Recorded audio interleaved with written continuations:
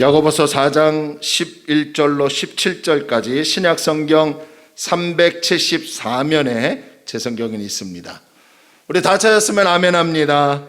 자, 11절부터 17절까지 우리 서로 한 절 한 절 교독합니다.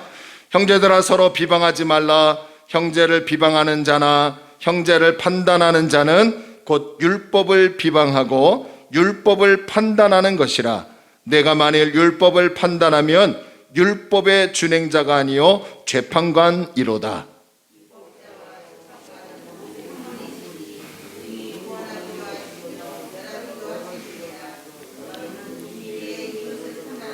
들으라. 너희 중에 말하기를 오늘이나 내일이나 우리가 어떤 도시에 가서 거기서 1년을 머물며 장사하여 이익을 보리라 하는 자들아.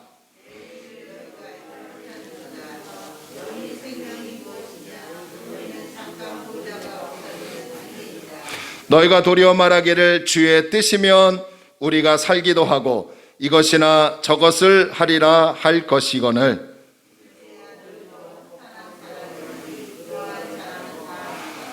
함께 읽을까요? 그러므로 사람이 선을 행할 줄 알고도 행하지 아니하면 죄니라. 아멘. 하나님의 은혜와 축복이 저와 여러분에게 있기를 주의 이름으로 소원합니다. 주님 뜻대로 사는 존재라는 말씀의 제목을 가지고요, 함께 은혜를 나누고자 원합니다. 비행학교에서 조종사가 훈련을 받을 때 이 훈련 교관이 훈련을 받는 조종사들에게 꼭 하는 말이 있다고 합니다. 비행기 조종석에 앉으면 절대로 자신의 감각을 믿지 말라는 거예요. 특히 악천후 속에서 비행할 때나 고도가 높아질 때나 공중의 한복판에서 항로를 이탈했을 때 더욱더 자신의 경험과 자신의 감각을 믿지 말라는 겁니다. 오히려 그럴 때는 비행기의 계기판을 반드시 보래요. 그리고 그 계기판을 확인하고 그 계기판 따라 움직이라고 합니다. 이제 어떤 조종사가 훈련을 마치고 비행을 하게 되었습니다. 그는 비행 감각에 대해서는 아주 자신감이 충만했어요. 많은 경험이 있었던 훈련사입니다. 이 훈련을 통해서 이미 비행 감각을 키웠기 때문에 그날도 자신감을 갖고 비행에 임했습니다. 그런데 그날 이 비행을 하다가 갑자기 좋지 않은 날씨를 만나게 되었던 거예요. 앞뒤를 분간할 수 없는 이 짙은 구름 속에 갇히게 되었다고 합니다. 이 순간 이 조종사는 당황하게 되었고, 그리고 자신의 경험과 그동안 배워왔던 비행 지식을 총동원하였지만 점점 난간에 부딪히게 되었고 방향조차 찾을 수가 없었다고 합니다. 그런데 바로 그때 비행학교 훈련 교관의 말이 떠올랐다는 거예요. 그럴 때는 계기판을 봐라. 그리고 계기판을 따라 움직여라. 그래서 이 조종사는 계기판을 보면서 방향과 고도를 잡고 침착하게 조종을 해서 그 위기의 상황을 벗어날 수 있었다고 합니다. 우리 역시 인생길을 가는 동안 악천후와 같은 상황을 종종 만날 때가 있습니다. 아마 작년과 지금 이 코로나로 인해서 우리의 인생이 악천후와 같은 상황이 아닐까 싶습니다. 그럴 때 내 지식과 감각은 문제를 해결하는 데 도움이 되지 않는다는 것을 우리는 알아야 합니다. 오히려 그런 익숙한 경험이 문제를 더 심각하게 빠뜨릴 수도 있습니다. 우리 인생길의 계기판은요, 내가 아닙니다. 내 경험도 필요할 때가 있지만 내 경험도 우리 인생길의 계기판이 될 수 없습니다. 우리 인생의 바른 계기판은 하나님의 말씀인 줄로 믿으시기를 바랍니다.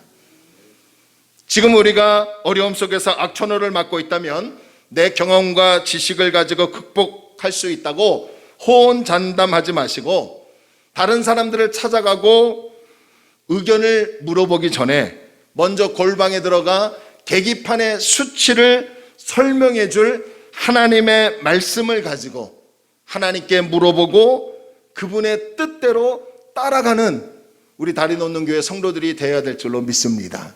그럴 때 어려움을 극복하고 이겨나갈 수 있는 것이에요. 그런 사람을 야고보는 어떤 사람이라고 합니까? 하늘로부터 내려오는 지혜를 가지고 사는 사람이다라고 얘기합니다. 요즘 100세를 사는 시대라고 말하죠. 그래서 인생의 복 중에 하나가 장수하며 사는 것이라고 얘기합니다. 성경도 장수를 복의 하나로 꼽았습니다. 그러나 단순히 오래 산 연수가 중요한 것이 아니라 얼마나 값진 인생을 살았느냐가 더 중요한 것입니다. 이런 의미에서 저와 여러분에게 있어서 가장 값진 인생은 주님의 말씀대로 주님의 뜻대로 사는 인생이라는 것을 믿으시기 바랍니다. 성경은 우리에게 계속해서 주님의 뜻대로 살아가야 할 것을 권면하고 명령하고 있습니다. 오늘 본문은 두 개의 구조로 나누어 볼 수 있습니다. 하나는 12절과 12절을 나누고요. 다른 하나는 13절과 17절까지의 말씀을 나눌 수 있어요. 11절과 12절에서는 야고보가 어떤 말을 하냐면 서로 비방하지 말래요. 그리고 13절로 17절까지의 말씀은 주님의 뜻대로 살아갈 것을 권면하고 있습니다. 자, 그러면서 야고보는요, 오늘 본문에서 아주 핵심적인 두 가지 질문을 하는 것을 볼 수 있습니다. 12절 하반절을 보시면 너는 누구이기에? 라는 질문을 합니다. 너는 누구냐는 거예요. 그리고 다른 하나는 14절 중반절에 보시면 너의 생명이 무엇이냐라고 질문합니다. 자, 이 두 가지 질문은 너는 너에 대해서, 자신에 대해서 얼마나 알고 있느냐라는 의미입니다. 자, 그러면 이런 구조와 의미를 가지고요, 오늘 본문의 말씀을 살펴보도록 하겠습니다. 야고보가 첫 번째 겉면부터 어떤 의미가 담겨져 있고 하나님이 주시는 메시지가 어떤 메시지고 또 우리가 무엇을 깨닫고 또 무엇을 실천해야 할 것인지를 발견하는 하나님의 음성이 들려지는 시간이 되길 바랍니다. 첫 번째, 야고보가 권면하는 것 중에 하나는 서로 비방하지 말라는 거죠. 자, 우리 11절을 한번 봅시다. 11절 함께 읽을까요? 시작. 형제들아, 서로 비방하지 말라. 형제를 비방하는 자나 형제를 판단하는 자는 곧 율법을 비방하고 율법을 판단하는 것이라. 내가 만일 율법을 판단하면 율법의 준행자가 아니요 재판관이로다. 자, 여기서 서로 비방하지 말라라는 말은요, 그 누구도 다른 사람의 인격을 깎아내리는 말을 해서는 안 된다는 거예요. 다른 사람의 인격을 깎아내리는 말을 한다는 것은 이미 자신이 상대방보다 더 높은 자리에 있다는 것을 암시하는 겁니다. 야고보는 그런 사람을 뭐라고 합니까? 교만한 사람이다 라고 얘기해요. 비방은 진실을 말하느냐 거짓을 말하느냐의 문제가 아닙니다. 아무리 진실을 말하더라도 상대방의 인격을 깎아내리는 말을 할 때는 그것이 성경은 비방이 될 수도 있다고 얘기합니다. 오늘 야고보는 11절에서 형제라는 단어를요 3번이나 사용하고 있어요. 여기서 형제는 혈육으로 뭉친 집단을 얘기하는 게 아닙니다. 예수 그리스도를 통해서 하나님의 자녀가 된 자들을 말하는 것이고, 그런 주의 자녀들이 주 안에서 한 형제가 되었고, 할렐루야. 그런 형제들을 서로 비방하는 것은 결국 누구를 비방하는 것이라고요? 자기 영적 가족을 비방하는 것과 다를 바 없더라는 거예요. 예, 저도요 교회를 개척하고 여기서 몇 년 좀 있었는데 누가 그렇다 누가 뭐 이렇게 제가 들리죠. 그런데도 저는요 그런 말하고 뭐 이렇게 동조하고 뭐 그러지 않았어요. 오히려 오해라고 그런 분 아니라고 그랬더니 제가 더 나쁜 사람이 됐더라고요. 그러니까 여러분, 주 안에서는 우리 서로 비방해서는 안 된다는 거예요. 주 안에서 형제된 그리스도인들은 상하 계급의 관계가 아니라 동등한 위치에서 사랑의 관계라는 거예요. 그럼에도 교회 안에서 세속적인 가치관을 가지고 다른 형제를 보니까, 세상의 관점을 가지고 그 사람을 보고 그 사람을 대하니까 어떤 마음이 생겨요? 비방하게 되고 깎아내리게 되고 허물을 지적하게 되고 사람의 외모를 보고 판단하여 차별하더라는 거예요. 이렇게 형제를 비방하는 사람들은 11절 중반절을 보세요. 뭐라고 하는지 아십니까? 율법을 비방하고 율법을 판단하는 사람이래요. 율법의 최고의 명령은 무엇입니까? 사랑이에요. 예수님도요, 위로는 하나님을 사랑하고 아래로는 내 이웃을 내 몸과 같이 사랑하는 것이 최고의 계명이라고 말씀하셨어요. 그런데 사랑하고 섬겨야 할 형제를 비방하고 판단한다는 것은 결과적으로 하나님의 말씀, 예수님의 말씀을 비방하고 판단하는 것과 똑같더라는 거예요. 그러면서 야고보가 뭐라고 합니까? 하나님 앞에서 모든 인간들은요, 그 누구를 막론하고 목사이든 직분자이든 교회를 나오는 어느 누구든 어떤 권세가 있든 모든 인간들은 하나님의 율법, 하나님의 말씀을 준행, 다시 말하면 지키고 실천하는 사람이지 율법을 심판하고 판단하는 재판관이 아니라는 거예요. 만약 율법을 비방하고 판단한다면 그 사람이 하나님이 되는 것이고 그 사람이 재판관이 된다는 거예요. 그런데 그런 사람을 향해서 야고보가 뭐라고 합니까? 형제를 비방하고 판단하고 차별하고, 그래서 율법을 비방하고 판단하는 사람, 이런 사람을 향해서 아주 야고보가 핵심적인 것을 말씀합니다. 12절 보세요. 12절 보시면 입법자와 재판관은 오직 한 분이시니 능히 구원하기도 하시며 멸하기도 하시느니라. 너는 누구이기에 이웃을 판단하느냐. 자, 이게 무슨 말이에요? 지금 야고보는 교회 안에서 세상의 탐욕으로 인해서 세상의 관점을 가지고 다른 성도를 비방하고 판단하고 차별하는 사람들에게 이렇게 얘기합니다. 율법을 세우시고 명하시고 재판하시는 분은 사람이 아니라는 거예요. 하나님이시라는 겁니다. 사람이 하나님 될 수 없다는 거예요. 통치자는 하나님뿐이시라는 겁니다.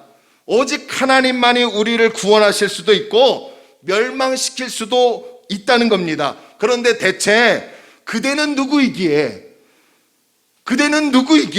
이웃을, 형제를 비방하고 깎아내리는 말을 하고 허물을 지적하고 함부로 판단하여 차별하느냐라는 말이에요. 형제를 비방하고 깎아내리고 함부로 판단하는 말과 행동을 나오는 이유는 그 사람 마음에 교만이 있기 때문에 그렇다는 거죠.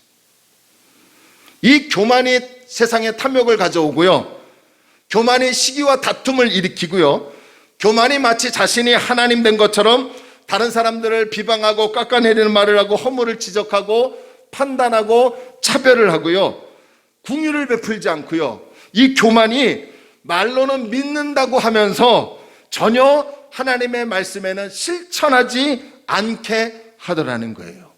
그래서 성경은 오늘 뭐라고 합니까? 그렇게 교만하게 움직이는 성도들을 향해 그대는 대체 누구냐? 너는 누구냐? 라고 질문합니다. 우리는 형제를 비방하고 판단하는 사람이 아니라 하나님의 말씀을 지키는 백성이에요. 그렇기 때문에 지난주에 나눈 말씀처럼 내 자신을 낮추어야 합니다. 내 자신을 겸손히 엎드려야 합니다. 하나님 앞에서 나를 낮추는 것이 세상의 탐욕으로부터 벗어나는 길이고요, 두 갈래로 나뉘어진 이 마음의 문제를 해결할 수 있는 길입니다.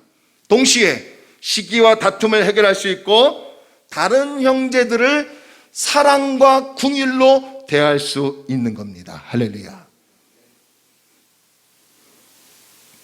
자신을 낮추는 사람이야말로 하나님이 누구인지 아는 사람이고, 이런 사람이 바로 야고보는 위로부터 오는 지혜를 가지고 사는 사람이라고 말을 하는 거예요. 그래서 11절과 12절에서는 형제를 비방하지 말라, 그 사람의 인격을 깎아내리는 말을 하지 말라, 함부로 판단하지 말라, 차별하지 말라. 판단하고 결정을 하는 것은 오직 누구의 권한이라고요? 하나님의 권한이라는 거예요. 자, 그런 다음에 두 번째로 야고보가 권면하는 게 뭡니까? 주님의 뜻대로 살라는 겁니다. 야고보는 이제 교회 안이 아니라 교회 바뀐 세상에서 그리스도인들이 어떤 자세로 살아야 하는지에 대해서 말합니다. 당시 장사를 하여 소위 성공했다는 사람들이 교회 공동체 안으로 들어와서 기존의 신앙생활을 잘하고 있는 성도들의 신앙을 흐트러 놓고 있었습니다. 그들이 세속적인 신앙을 교회에 가지고 들어왔어요. 이런 세속적인 관점을 가지고 교회 안에 있는 가난하고 어렵게 사는 성도들의 신앙을 흐트러 놓았습니다. 세상을 향한 충동과 유혹을 가져다 주었어요. 그래서 가난한 성도들이 소위 성공했다고 하는 그런 사람들을 보니까 부러운 거예요. 아, 나도 좀 부자가 되었으면, 아, 나도 좀 돈을 좀 많이 벌었으면, 나도 좀 거부가 되었으면, 이런 동경하는 마음이 있었다는 거예요.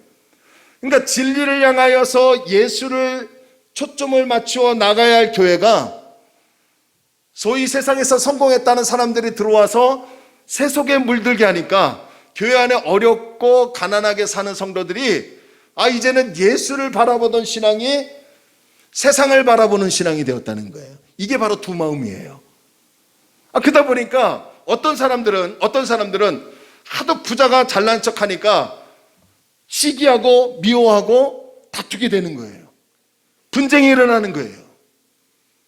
부자는 부자대로 가난하고 어렵게 사는 사람들을 멸시합니다. 차별합니다.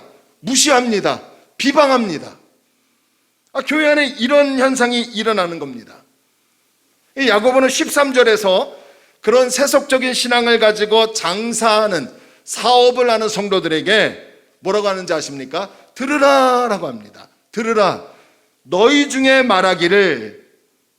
자, 너희 중이라는 말은 세속적으로 장사하여 돈을 좀 번 사람들, 그런 사람들 가운데 이런 말을 한다고 합니다.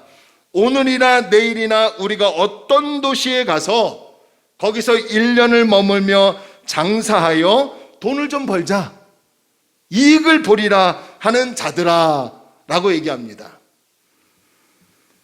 교회 안에 세속적인 신앙을 가지고 장사하는 사람들은 말하기를 오늘이나 내일, 자, 우리가 어떤 도시에 가서 거기서 한 1년 동안 머물며 장사를 하여 돈을 벌겠다고 하더라는 거예요. 그들은 정확하게 언제, 어디서, 얼마 동안 머물고 무엇을 하며 무엇을 얻을 것인지 분명하게 계획을 세웠고요.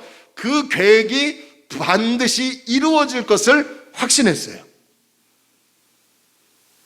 그런데 야고보는 그렇게 세속적인 신앙을 가지고 장사하는, 사업을 하는 성도들에게 뭐라고 합니까? 13절에 들으라 라고 합니다.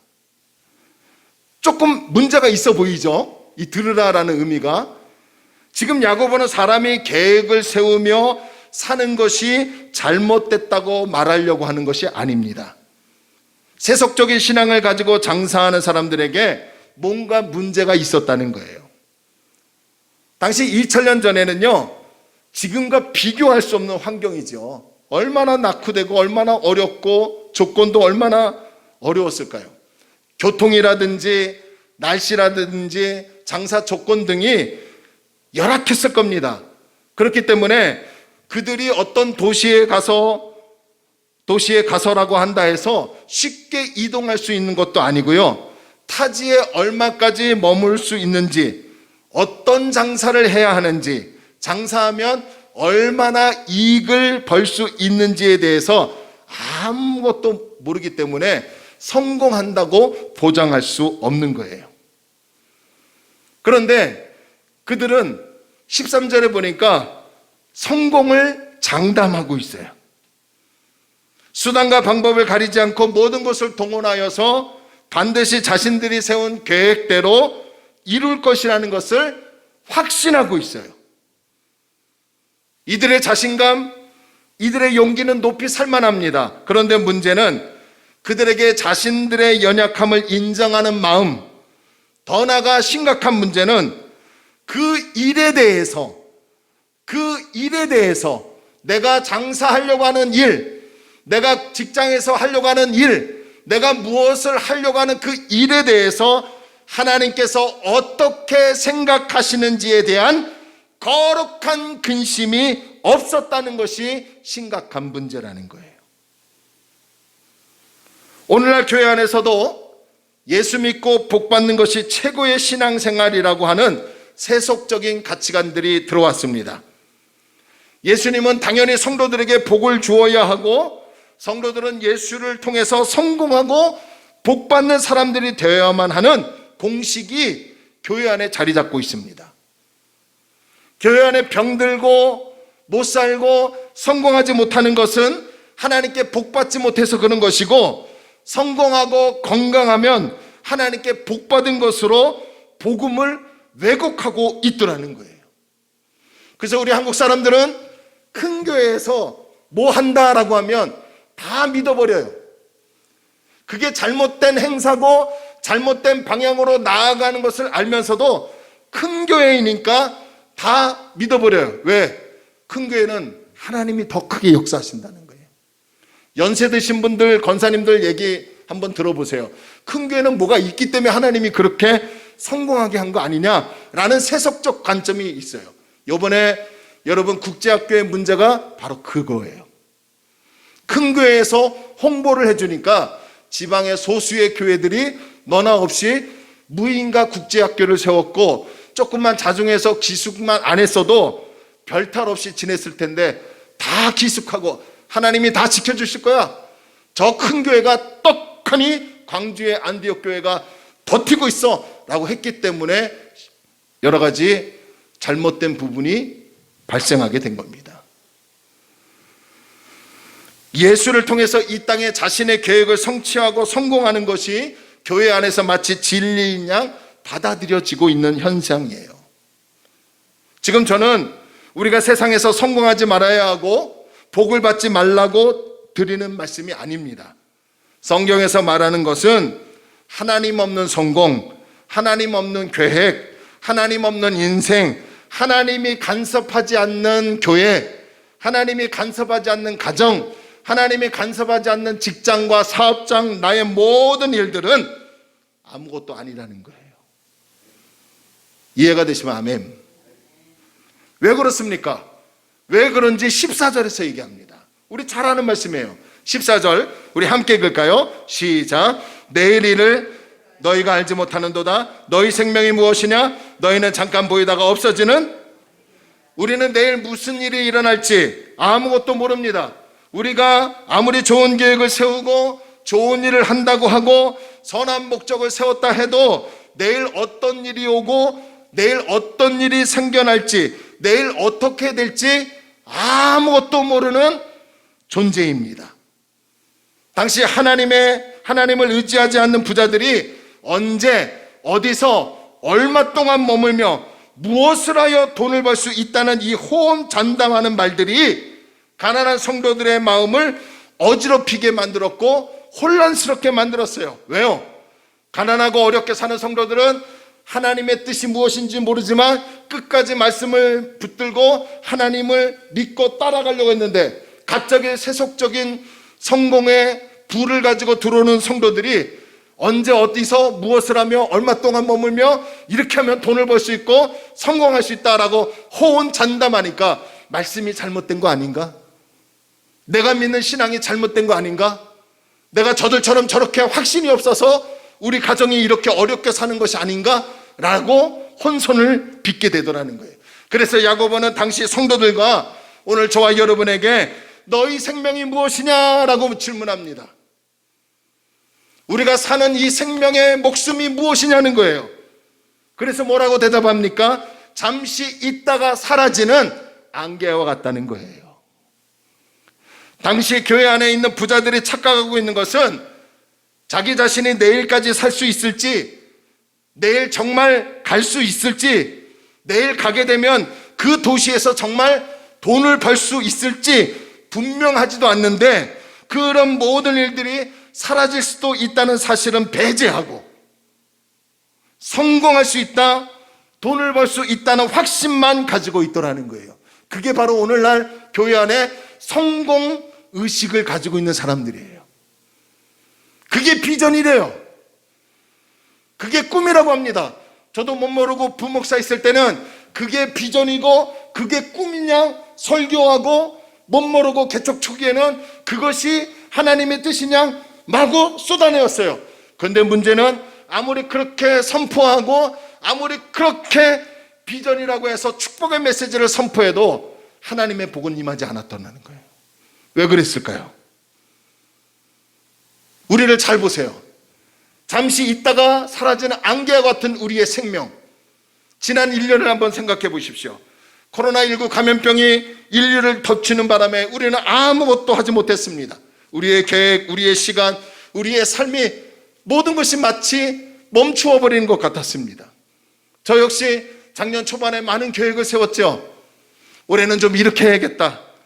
작년에는 올해 초에 이렇게 했다. 교회가 좀 부흥되면 1, 2년 있으면 조금이라도 한 2층이나 3층 엘리베이터 있으면 한 4층 정도 되는 요 주변에 상가로 좀 움직이지 있을 수 있지 않을까, 그런 생각도 했습니다. 여러분들도 마찬가지예요. 이런저런 나름대로 다 계획을 세웠을 거예요. 그런데 뜻하지 않는 코로나19 감염병으로 우리의 계획들이 모두가 숲으로 돌아가지 않았습니까? 지금 우리 교회 보세요. 나오던 분들이 나오지 못하고 있습니다. 여러분의 삶을 보세요. 계획하려고 했던 것들이 작년에 아마 거의 이루지 못했을 겁니다. 그렇기 때문에 지금 우리는 더욱더 침묵하고 신음하면서 주님만 바라보며 주님을 의지해야 하는 하나님의 지혜가 필요한 때예요. 할렐루야. 그런데 오늘 본문에서 장사하여 돈을 벌려고 하는 사람들은 내일 일도 알지 못하면서 함부로 내가 1년을 계획을 세우고 마치 인생의 흥망성쇠를 자신의 손에 쥐고 있다고 장담하더라는 거예요. 그들은 교회 안에서 있으면서도 그들의 마음은 하나님이 존재하지 않았습니다.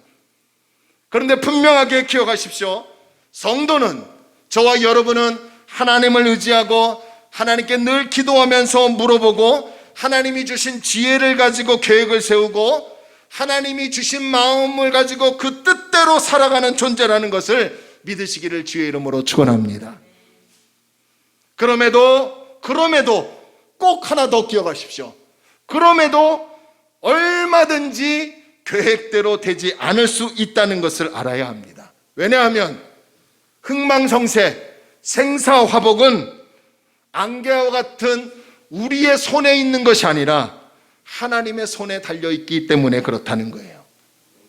교회 안에서 성공하고 부자가 되었다고 해서 그 사람에게 하나님이 함께 하시고, 병들고 어렵게 산다고 해서 그 사람에게는 하나님이 임하지 아니하고 적게 은혜를 주고 적게 능력을 준다고 하는 이런 세속적 관점을 내려놓아야 합니다. 그러면서 오늘 15절에서 이렇게 얘기합니다. 너희가 도리어 말하기를 주의 뜻이면 우리가 살기도 하고 이것이나 저것을 하리라 할 것이거늘.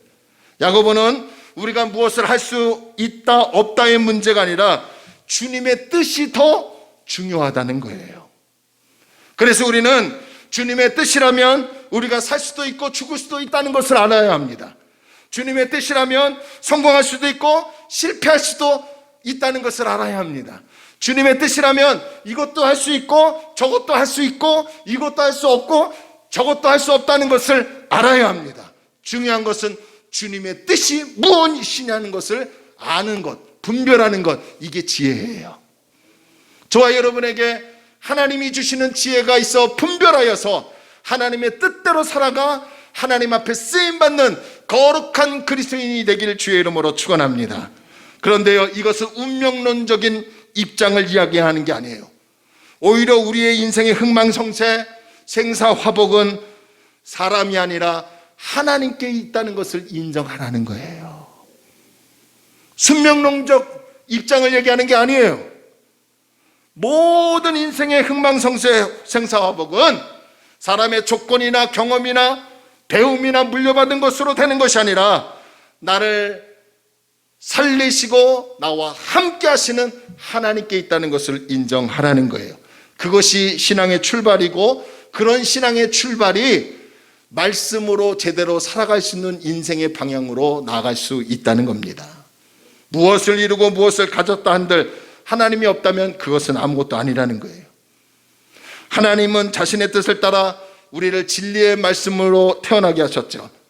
그리고 하나님은 진리의 말씀을 우리 마음에 심겨 놓으셨습니다. 그렇기 때문에 우리는 그 말씀을 따라 주님의 뜻대로 실천하는 존재라는 것을 반드시 기억하시기를 바랍니다.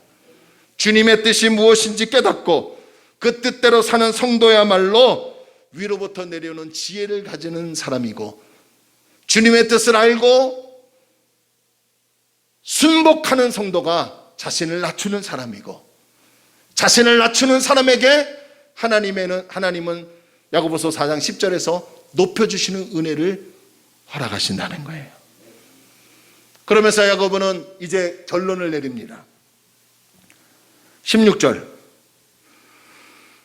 우리 함께 읽을까요? 시작. 이제도 너희가 허탄한 자랑을 하니 그러한 자랑은 다, 자, 여기서 허탄한 자랑이라는 말은 교만한 마음으로 허풍을 떠는 것을 말해요.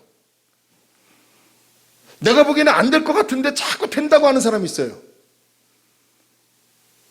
미국의 조엘 오스틴이라는 목사님이 계세요. 긍정의 힘.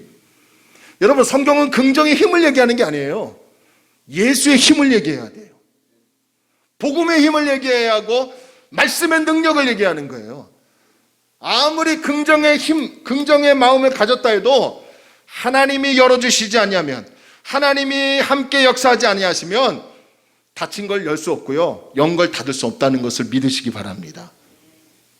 그러니까 인생은 잠시 있다가 사라지는 안개 같은 존재인데, 마치 자신의 힘과 능력으로 모든 것을 할 수 있다고 우쭐대며 자기 자랑을 늘어놓는 말이 바로 허탄한 자랑이고, 이런 자랑하는 사람들의 일을 뭐라고 합니까? 성경은 악한 일이다 라고 합니다.